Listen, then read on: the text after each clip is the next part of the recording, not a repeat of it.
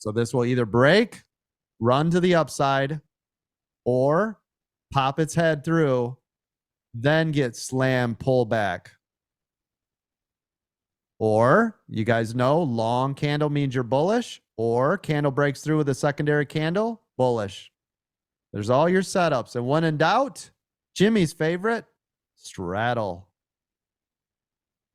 With your straddle, you will have a call and a put with a stop for each. Same expiration. We'll just put an E. And then you're going to have a stop here for your call, and you'll have a stop right up here,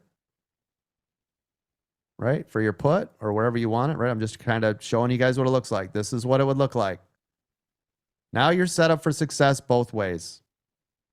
If it rips to the downside, your calls will get stopped out. Your puts will start printing. If it rips to the upside, your puts will get stopped out and your call will start printing. Does it make sense, everybody?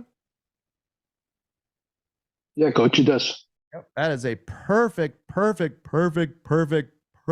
spot on this gold level for a straddle.